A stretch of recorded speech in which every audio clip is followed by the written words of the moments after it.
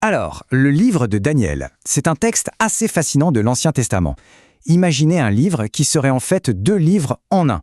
D'un côté, des récits d'aventures incroyables et de l'autre, des prophéties super énigmatiques qui ont marqué l'histoire. C'est exactement ça le livre de Daniel et on va décortiquer ça ensemble. Pour vraiment piger Daniel, la première chose à savoir, c'est cette structure en deux parties. La première moitié, donc les chapitres 1 à 6, c'est rempli d'histoires captivantes, de courage, de foi. Et la deuxième moitié, chapitres 7 à 12, là on change complètement d'ambiance. On plonge dans des visions prophétiques très complexes, pleines de symboles, sur le destin des grands empires.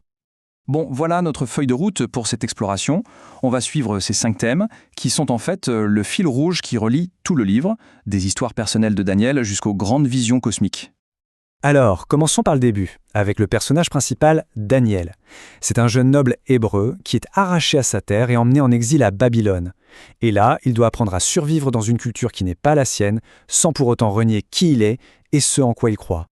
Et c'est là que tout se joue. Dès le début, leur identité se définit par le refus.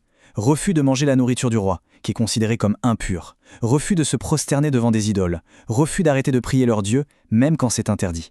C'est cette fidélité, sous une pression énorme, qui va être le moteur de toute l'histoire. Et cette fidélité, elle va être mise à l'épreuve dans des récits franchement spectaculaires. Ce ne sont pas juste de jolies histoires, non, ce sont de véritables démonstrations de force.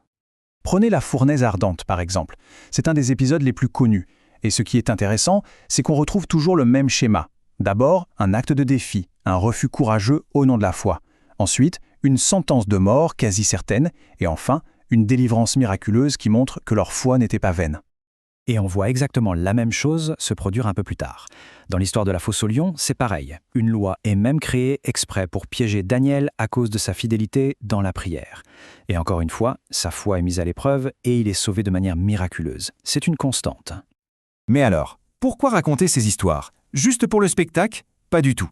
Ces miracles posent une question bien plus profonde, une question de pouvoir. Qui est vraiment aux commandes? Le message sous-jacent, il est simple mais radical.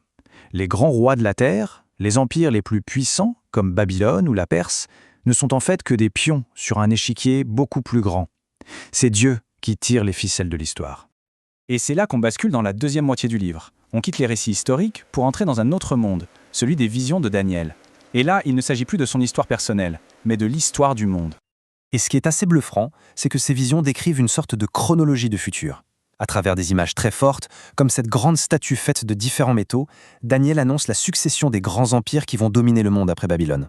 C'est une véritable prophétie géopolitique. Et au milieu de tout ce chaos, de ces empires qui s'affrontent et qui finissent par tomber, une figure complètement différente apparaît dans les visions. On l'appelle le Fils de l'homme. Et contrairement au royaume terrestre, à lui, on lui promet un royaume éternel, un royaume qui ne sera jamais détruit. C'est une figure clé pour toute la suite. Et tout ça, ça nous amène au message final du livre. Un message qui est au fond un immense message d'espoir pour tous ceux qui subissent l'injustice et l'oppression. Il y a cette phrase, en particulier, qui est l'une des plus claires de tout l'Ancien Testament sur ce sujet. Elle parle d'un jugement final et surtout de la résurrection des morts. L'idée qu'après la mort, il y a une justice qui sera rendue. En clair, pour un peuple qui vit en exil, sous une domination étrangère, le message est incroyablement puissant. Ça veut dire « tenez bon ». Ce que vous subissez n'est que temporaire. À la fin, la justice de Dieu l'emportera et l'oppression n'aura pas le dernier mot. Et ça nous laisse avec une dernière question. Comment un texte aussi ancien peut-il encore nous parler aujourd'hui? Eh bien, peut-être parce que la situation qu'il décrit, se sentir impuissant face à des forces qui nous dépassent, est universelle. Et la promesse qu'il contient, celle que la fidélité a un sens et que la justice finit par triompher, c'est une idée qui finalement ne vieillit jamais.